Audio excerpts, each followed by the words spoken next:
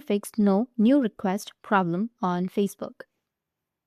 So if you want to fix no new request problem on your Facebook, then what you need to do is first you need to open up your Facebook application. After opening your Facebook, you need to just simply go with the bottom right, which has that 3 horizontal lines.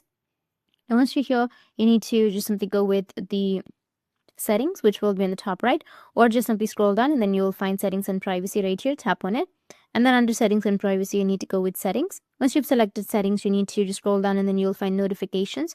Tap on notifications, and under notifications here you need to go with the friend request section. So tap on friend request, and here you need to make sure that you've enabled all of the 3 options right here. Once you've enabled, you will now receive the notifications on new request. After that, just go back and then again just tap back, and you will find an option of how people can find and contact you right here under audience and visibility. Here you need to go and select who can send you friend request and select everyone. After that, you will receive new friend requests. Go with save, which will be on the bottom, and that's it. And if you have any questions, feel free to comment below. Thanks for watching.